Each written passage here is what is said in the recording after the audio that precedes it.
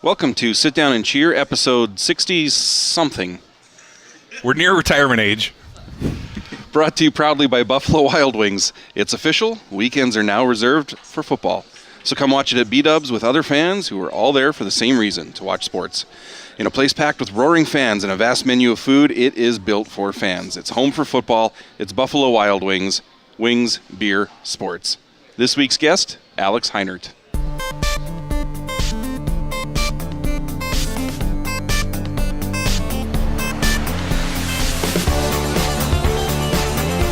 Excited? Yeah, sure. How much of camp did you get to see?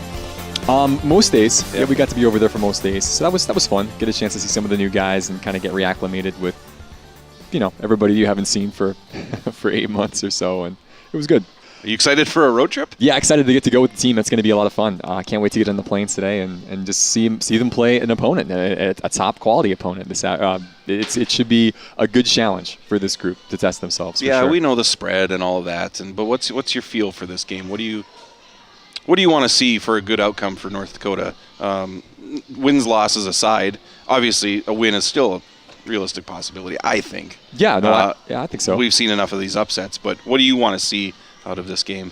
I think you want to see them compete. You want to see them leave this game healthy, I think, is the biggest thing. Whether or not it's the scoreline is close or not, I think having number 7 and number 8 walk away healthy and good to go for the rest of the season is huge for this team. I know the depth in this group is much better than it's been the last couple of years, but this is if they're going to be a true national championship contender at the FCS level, they got to be healthy. And if they get dinged up a little bit in Salt Lake City, that's really going to affect their chances moving forward. But I think they can be competitive, and I think they should be against this team. I know the last 2 season openers for this UND team have kind of gone different directions. You go to Wyoming and you get a big win and look dominant against the Cowboy team. And then last year they did not look very good in the season opener against Stony Brook and got beat in really a game that I think everybody, sort of like this season, had high expectations coming in, and then it just didn't quite play out that way. It just took this team a couple of games to find their feet. So hopefully they can have a little better start and can at least hang in there with, again, the number 25 team in the country.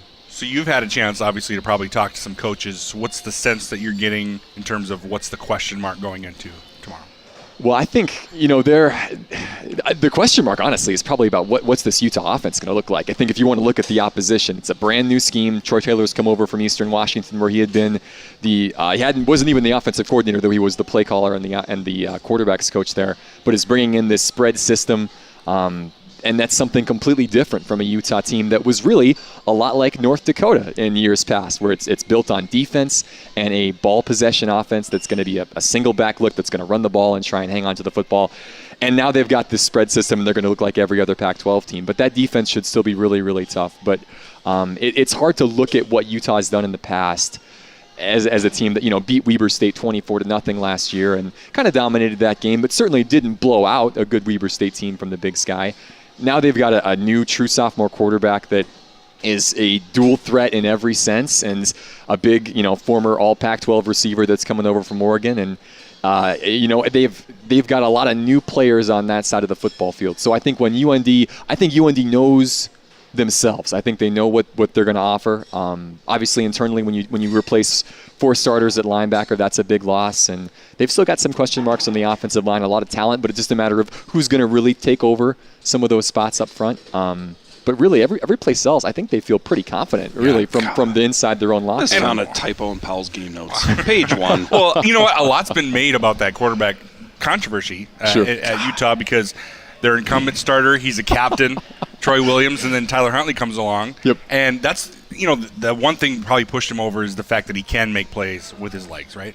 I think so. I mean, he's certainly, when you talk to hear from their coaching staff, they've mentioned that he's by far the most athletic in their quarterback room, and I think it helps that he's a kid from Hallandale High School in Florida. Their starting running back is his high school teammate. They've got a receiver that is from there as well. He was the 2015 Gatorade Florida Player of the Year from the high school level, and he was a highly touted recruit. And the starter last year, Troy Williams was a good player and led them to a 9-4 record. But I think this kid just gives them a higher ceiling. And then when you look at it, he's got 3 years now for this to be his team, and I think they'd like to be a national championship contender by the time he's done, and this gives them an opportunity to start that process sooner than later. I heard this stat from Mike Berg yesterday.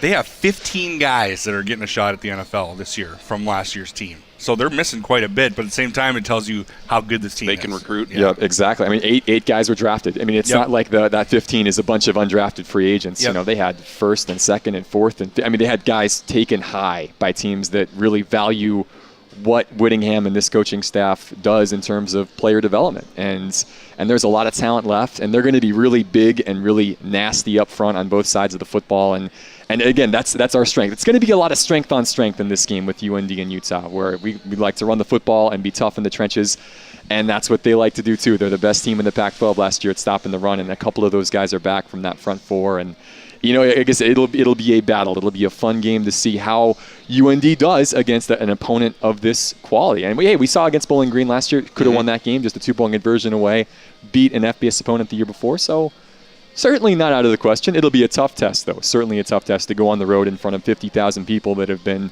really excited for this football team to take the field. That's a tough place to go play, Rice-Eccles Stadium. So should be fun to get the season going, though, no matter what. With how much camp you saw, give us some players on both sides of the ball for UND. Maybe some under-the-radar guys, or not the household names. Sure. That stood out to you, or maybe surprised you that you're anxious to see on the field. Well, I think it starts really with Hayden Bluebot to me. I think the loss of Deion Harris obviously is a huge deal, but the fact that they now have a couple of cornerbacks that had experienced last year that they feel good about, and this kid coming in from the state of Colorado who had never played cornerback before in high school, but was an incredible all-state running back and a safety at the high school level. Every time you would see them in skelly drills or in team drills, the kid just makes plays. It just pops up all over the place, picking passes off, tipping balls. He's undersized, but is an incredible athlete, and I think will slot in and have to play a role this season as a true freshman. But he was a guy that, I think they maybe had expectations for. He's going to be pretty good, in the long term, but he's going to be pretty good this year. I think he'll be very, very good right off the bat. Before we get to the other side of the ball, what was your reaction when you saw the news on Deion Harris? My heart broke for him, mostly with, NFL attention and all of that. And that's a brutal injury to try to come all the way back from. Yeah, that's the biggest thing. I think you just feel sad for the kid. The opportunity was there this year to build on an incredible junior season. And something like that happens when you're trying to do the right thing, trying to get healthy and get ready to go for the season and get in shape with your teammates. And a non-contact thing like that, it just makes you shake your head and really remember how fragile it all is. These kids put their bodies through a lot and get themselves ready to play, and it can be something as silly as that that takes away an opportunity. I think at the same time, the silver lining is that it happens early enough where he's going to get another season next year to reprove himself again and put himself right back in the position to be in an NFL training camp and be drafted, maybe not as high as he would have been if he would have been 100% fit after this season. But still, great kid, and he's going to get a chance next year. But unfortunate for him and certainly a tough loss for this team. I remember exactly where I was when I heard the news, and it makes you sick. Yeah. So on the offensive side of the ball, what do you want to see? You want to see them do what they did last year. And I think anytime you watch them in practice, obviously the fact that, John Santiago and Brady Oliveira and those guys, they just look so good when they're just going through drills. And the linebacking core was doing a drill with the running backs one day, and they don't tackle a lot, but this was kind of a full contact, hey, try and bring the guy to the ground drill, kind of on a swing pass. And Brady and John didn't get tackled once. And that's not a knock on our linebackers, but those guys in space are just devastating. And I think people were surprised at how good Izzy Adioti picked up the system, the true freshman kid from Illinois. And obviously he's a kid whose red shirt's already been pulled, and they've got plans for him this season. But for a kid to jump in who wasn't really on the radar to all of a sudden make an impact and be a player this year, that's exciting. Noah Wanzik still catches everything that's thrown in about a 10-yard radius, and that's fun. The kid would just make catches every day that would make you shake your head and think, gosh, this guy just is a gem, a true sophomore kid from Jamestown that wasn't on anybody's radar and is going to keep getting better and better, and is a much stronger player this year. You can see that he's put on a little bit of weight and a little bit of muscle.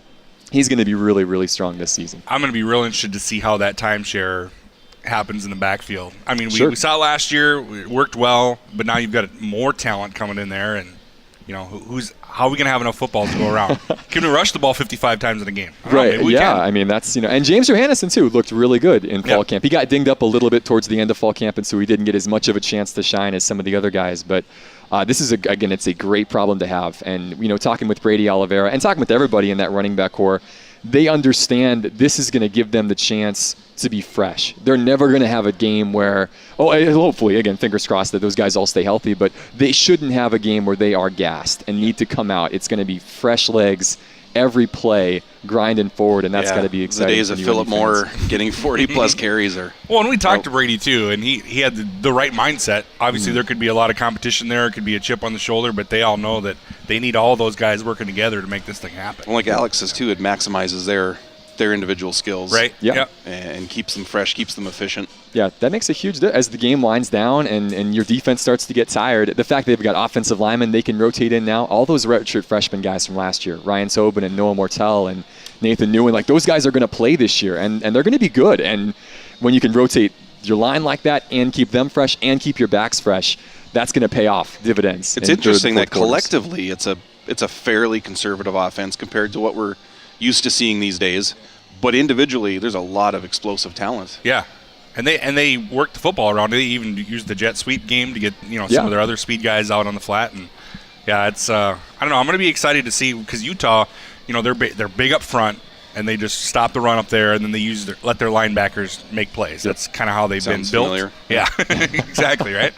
So it'll be interesting to see if they can get out in space and make some things happen. Yeah, no returning starters at the cornerback position for Utah. Yeah. They have a great all-conference safety who might not play in this game. Has been dealing with some stuff all fall camp. So in the open space, our guys might have some chances if they can get there. Yeah.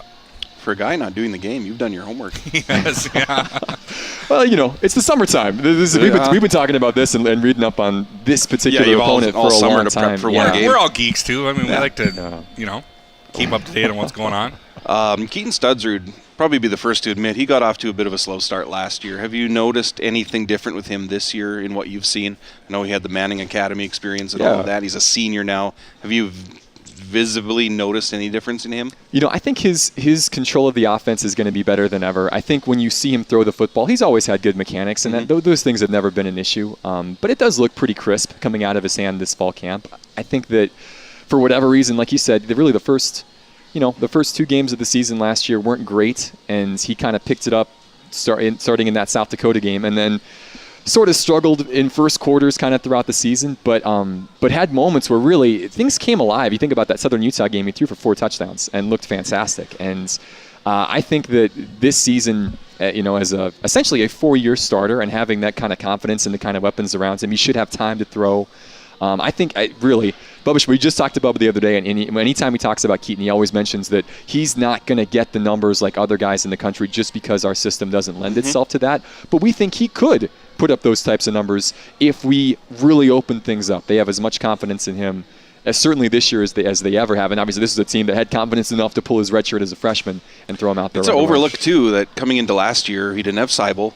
Right. And forgive me, I'm drawing a total blank. Who did we lose in week 1? Clive Georges. Clive Georges. Yeah. So he had to deal with a lot of moving parts, too. Yeah, that's a great point. Yeah. Yeah, you think now the fact that you've had Travis Toivonen and Noah Wanzik and Damon Mercer all now in camp for a full year, you've had these guys and had been throwing with these guys in the offseason, and that makes a huge difference being on the same page with your receiving core. So I think the maturation of that group last year really helped them get moving. Absolutely. Yeah. What about the backup quarterback spot? We feel good about Brad Heidelball kind of winning that spot at this point? Yeah, I think that was a bit of a surprise. I think they really felt that Andrew Zimmerman coming in after having, a pretty successful JUCO career, has all the right tools, really good kid leader, that he would come in and take over that second spot, and then that would be a fun battle between him and Nate Ketteringham next season to be the next starter. But Brad's control of the offense is so good, and he's been around the program obviously now for 3 years, and guys trust him and respect him, and I think the coaching staff does too. And it's not the most complicated offense, but it still is a Division I college football offense, and that takes some time to learn. And I think that Zimmerman just wasn't quite ready, I think, to make that jump. But obviously, if it came down to it, Brad's going to be just fine to go in there and do what he needs to do to keep the team moving forward. And I think Zimmerman could do the same thing. Isn't his quarterback rating off the chart after 1 for 1? Season? I mean, one for perfect. 1 with a touchdown. It wasn't the prettiest ball. No, it was not, but it got the job done. Got the Joe Wilson QB rating. Brandon Strauss. That's right, Brandon Strauss. Who are your favorite guys in this group to get on the mic, get on camera? Who are the guys you really working with? Really, it's a great group of guys. It is. Obviously, when you look at, Brady and John have just got really fun personalities and are just kind of goofy guys that always have good quotes. We always give John a hard time because he'll always, typically in every interview, he'll have a couple of nouns that become verbs, or he puts ibbles, or there's different things that always kind of go along with his phrases, and that's always a good time, and he always laughs about it. Honestly, we interviewed Torrey Hunt for the first time this fall camp. Really, intelligent, smart kid, fun to talk to. He really shines. There's a lot of kids like that, though, really. Noah Wanzik is a very candid guy that will just kind of tell you what he thinks and just still has that youthful exuberance about, we're playing college football and this is awesome, and that's a lot of fun. All the guys up front are fun on both sides of the football. They kind of take on the personality of their head coach, don't they? They really do. It's a humble group. They're good guys to be around, and they're just infectious about how much they love UND. Yeah, that's a really good observation. Yeah. And I think that's that trickle-down effect. When you have a staff that really bleeds green and really cares about this program, that just goes down to the players. And he still lets them be themselves. He still lets them show their personalities. Yeah. But they've done a really good job of walking that line of not angering their coach. Everybody plays the company happen. line pretty well. Yeah, Yeah. it's good. You don't see people making crazy statements about that. Anytime you talk to these guys and you talk about goals or what you want to accomplish this season, they'll always start with saying, hey, we focus, each day is its own day, each game week's its own game week. We want to, go on and repeat as Big Sky champs. We want to be right there for a national title, but they understand the process is not going to be, we're not thinking about December. We're focused on right now. We're focused on Utah. Well, you hate to look too far ahead, but I think everyone's excited about the Utah game, but I'm more concerned about the Missouri State game because I think that's more of a measuring stick of where we're at, especially after what happened down there a couple years ago. Just a chance to see how things mesh with this group. We're 4 years removed from a 38-0 drubbing and down in Springfield. And so I think that will be the biggest eye-opening thing for fans, is to see how far has this team come from then to now. And it's a great test to play two Missouri Valley opponents back-to-back like this. And we saw last year, again, University of South Dakota was a team that finished in the bottom half of the Valley. And that was, a double overtime nail-biter that we had to rally back from 20 points down in to pull that one off. And so they're obviously picked to finish 7th in the conference this year. Missouri State is picked to finish 9th in a 10-team conference. But those two teams will still be very competitive. Tells you how good that conference is. Honestly, top to bottom. Where we're going, Yep, exactly. That Most State team will be good. Dave Steckel's done a good job. They won 4 games last season, which was a big rebound after winning just 1 the year before. They've lost some talent. Dylan Cole was an all-conference linebacker that's playing for the Texans right now and was an anchor on that defense for the Bears. But, they've got some playmakers on offense, and they've brought in a bunch of new kids, a lot of D1 transfers that have dropped down from the FBS level. They have a kind of a 4-headed battle right now for quarterback that they're still trying to figure out last time I checked. So there'll be a bit of a question mark, I think. But obviously a team that knows how to play physical football, and it won't be an easy out. Schmitty pull his hair out. Every team they're dealing with here in the early season has a quarterback battle, so you don't know what's going to happen until you get there.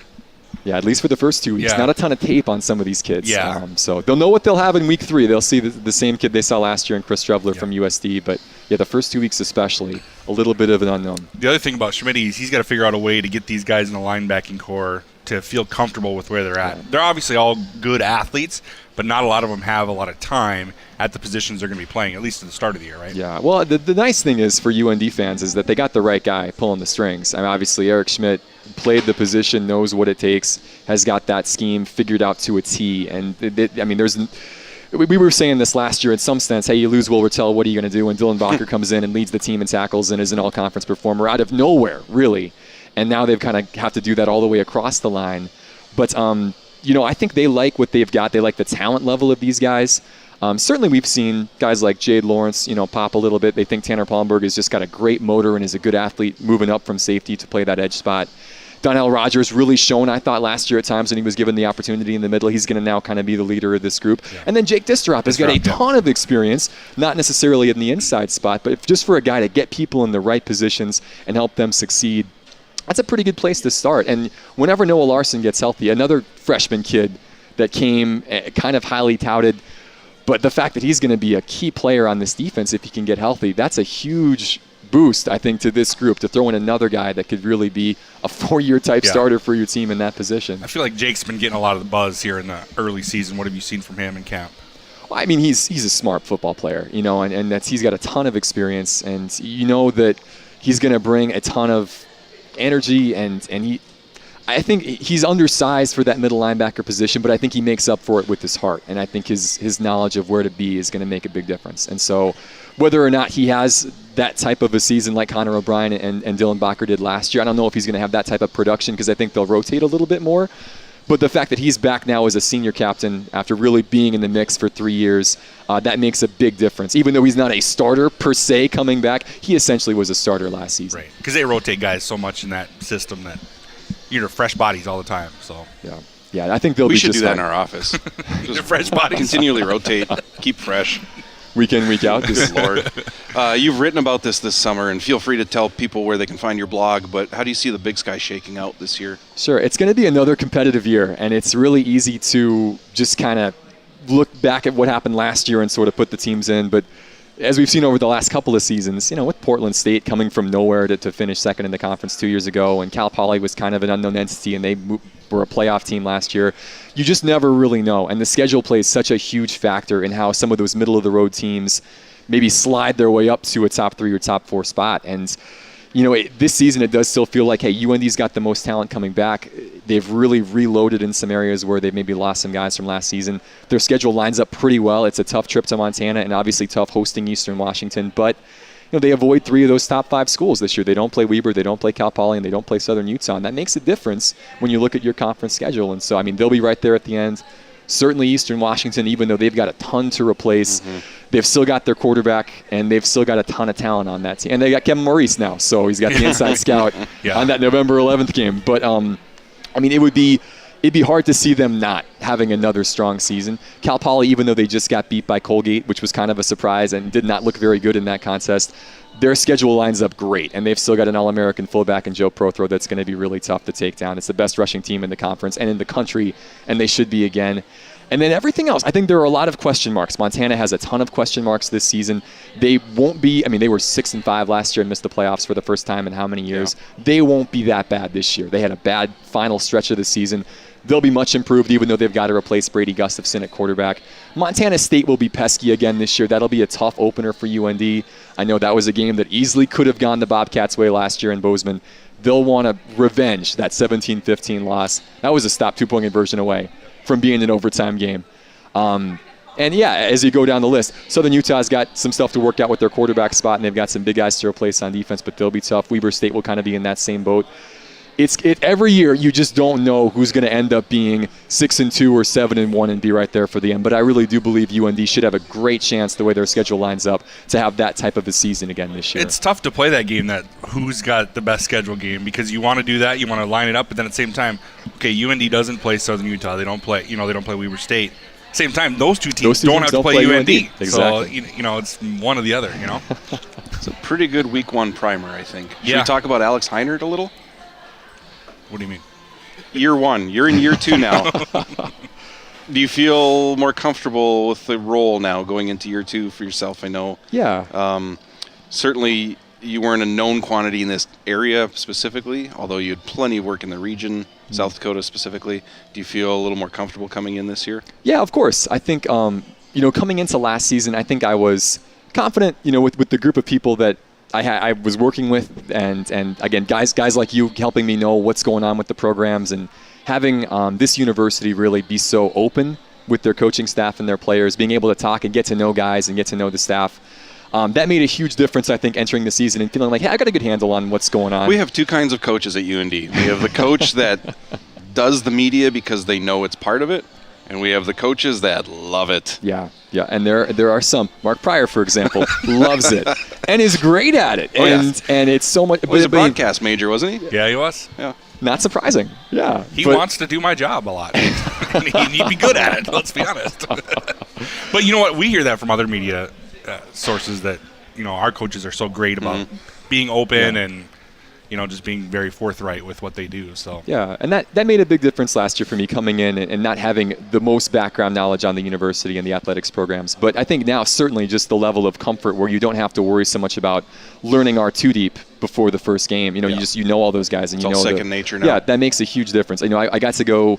So last year during fall camp for football, I went pretty much every day because you sort of had to memorize names and kind of start putting names with faces and figure out tendencies. And who's with the ones and twos. This year was more just going just because it was fun to get to go and kind of see and relax the a little. new freshmen. Yeah, honestly, yeah, just kind of reconnect with and kind of rebuild that base. But there was always a good knowledge base there to start, and I think just having that with all of these teams now makes such a huge difference. And just being more comfortable with Grand Forks, with the whole process of how this all works, all that is, it makes me excited for this season. And the scenes at Midco, honestly, I was thinking about this morning, is so good at what they do and so professional and just locked in from event to event.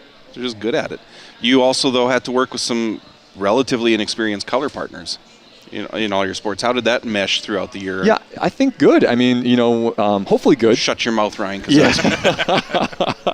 We had some good moments, no, hopefully people out there watching thought it went well, but I think, Ryan does a fantastic job in the football broadcast. Again, a guy that just knows UND so well and gets the game so well, and is just a good guy. Really fun to work with. And you could say the same thing about Jake Brandt with hockey, and the same thing with Angie Stokey for volleyball, and just down to Val Sussex and Greg Steeman, Greg, who I'd worked with before for basketball. Yep.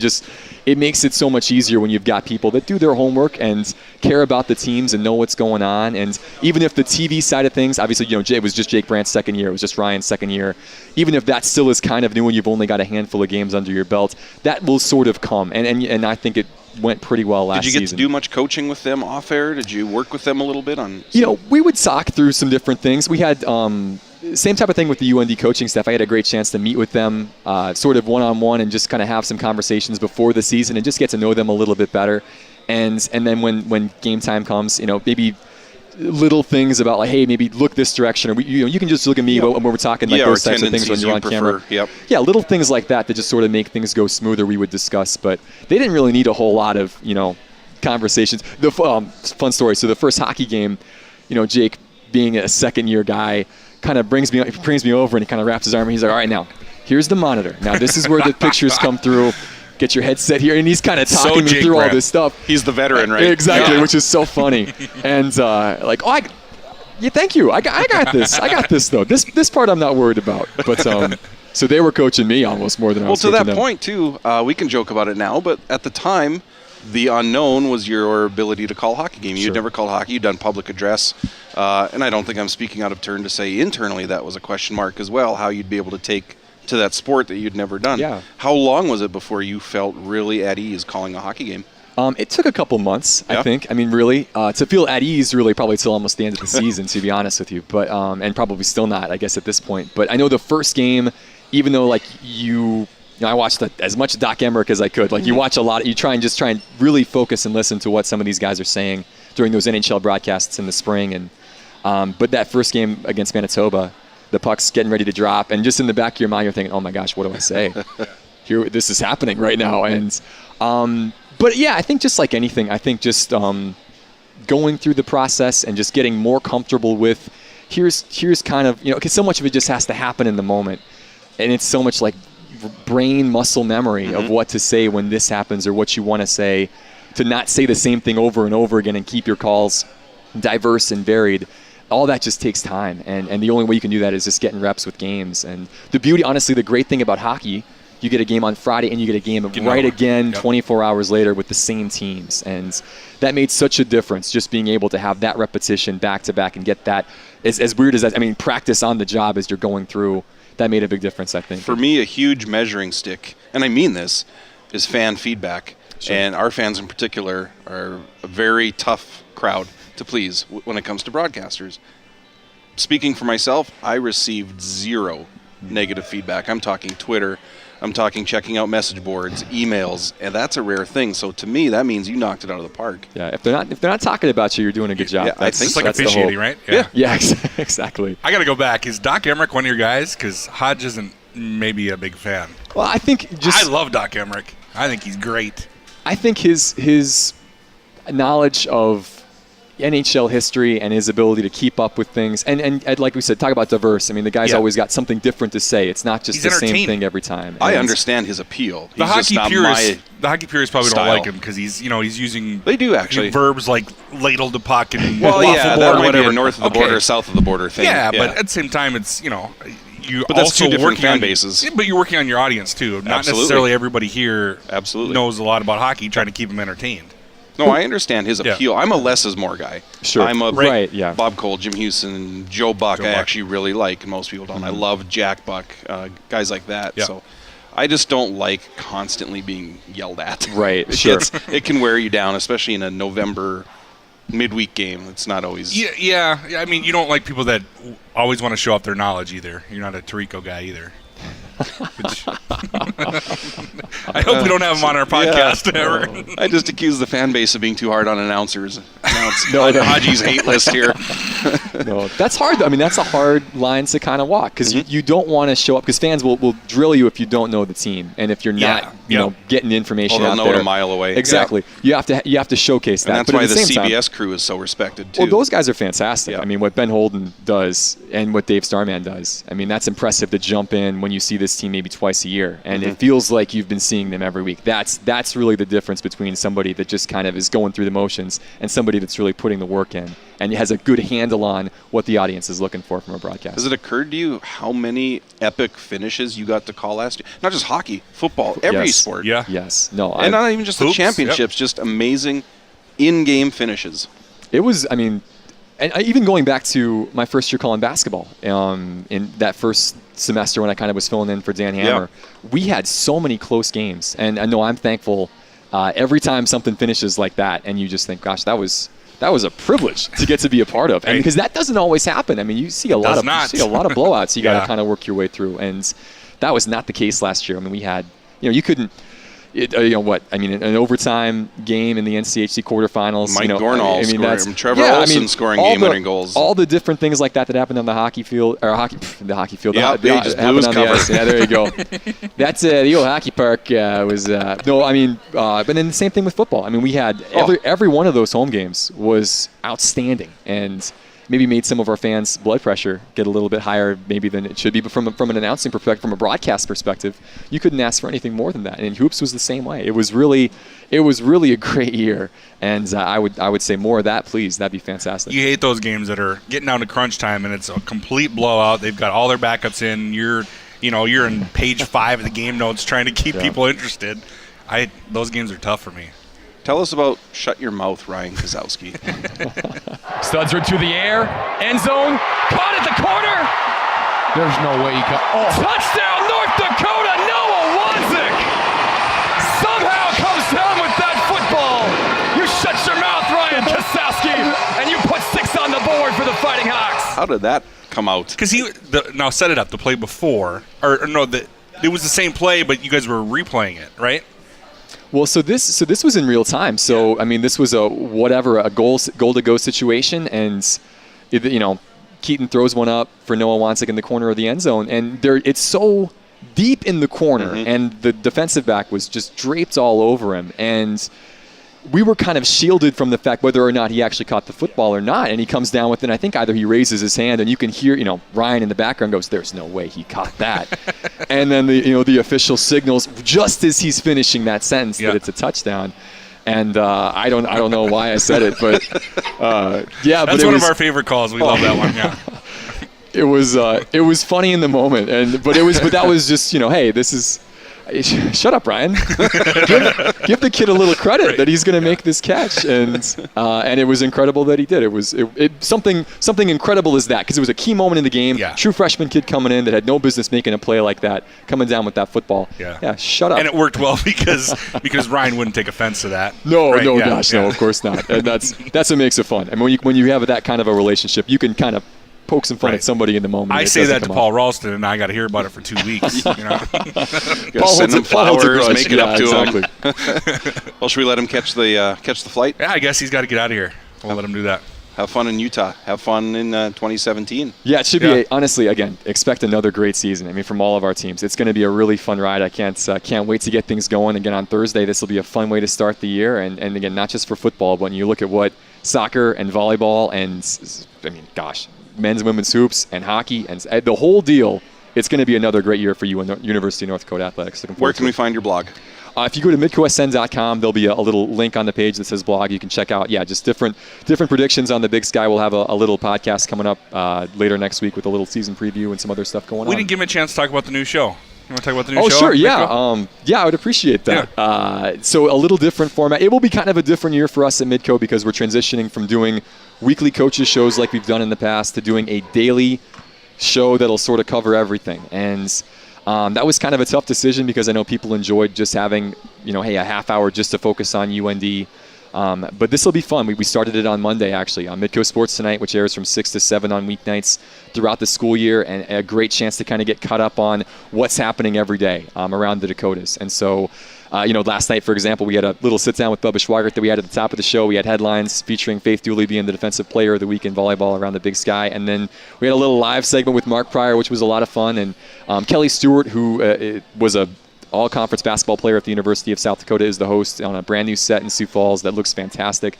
It really has a different feel to it. It just feels a little bit bigger than anything that we've ever done before. And it'll be a lot of input on high school stuff, NSIC stuff, all the FBS or all the FCS schools that we cover. And it should be a lot of fun. I think especially this year UND fans might watch it and think, well, gosh, I'm only getting a couple of minutes a night on my team, or I'm only getting this much analysis.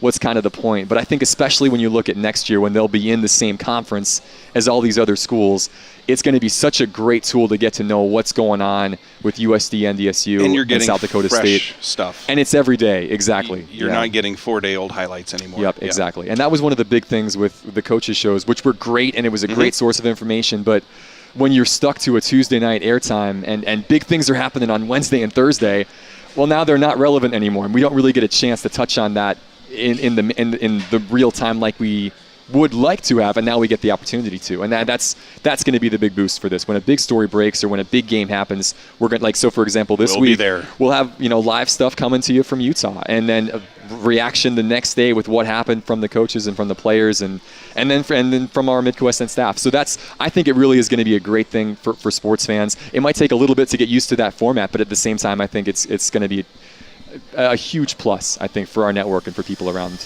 the Dakotas. Right on. Looking forward. Very cool. Safe travels, and thanks for squeezing us in today. No, hey, anytime. No, thanks so much, boys. Enjoy the sports season. Appreciate it. Thanks. As we sit here, we are just a little over 24 hours away from the UND football opener at Utah. And I have a feeling some of you may still be wondering where to watch this game, how to find this game. So here goes. Here's the rundown. These are straight from the game notes of Ryan Powell. Where to watch? Pac-12 Network, Pac-12 Mountain. For more information on the Pac-12 Network and a list of cable providers, visit pac12.com/networks. For more information on the Pac-12 Now mobile app, visit pac12.com/Pac12Now. If your cable provider does not offer Pac-12 networks, a non-cable streaming option is the Sling TV app. You can find information on that at slingtv.com. The Pac-12 network is offered as part of the Sling TV app. Or the easy way, go to undsports.com, click on football, click on schedule, and it should be right there. Yes, sir. So, live stream, Pac-12 Networks Live or Pac-12 Now mobile app. On television, the Pac-12 Network or Pac-12 Mountain. If you do not have those as part of your cable package, you'll need to find a stream of it. This game will not be picked up by Midco Sports Network, so please know that. Live audio stream, of course, at undsports.com and the UND Sports mobile app. And as always, you can find the radio broadcast. 96.1 FM is our flagship and on the UND Sports Network. Did I miss anything? Economy, UND Sports Radio Network. Statewide. That's Jack Michaels, Mike Berg, and the one and only Paul Ralston bringing that call for you.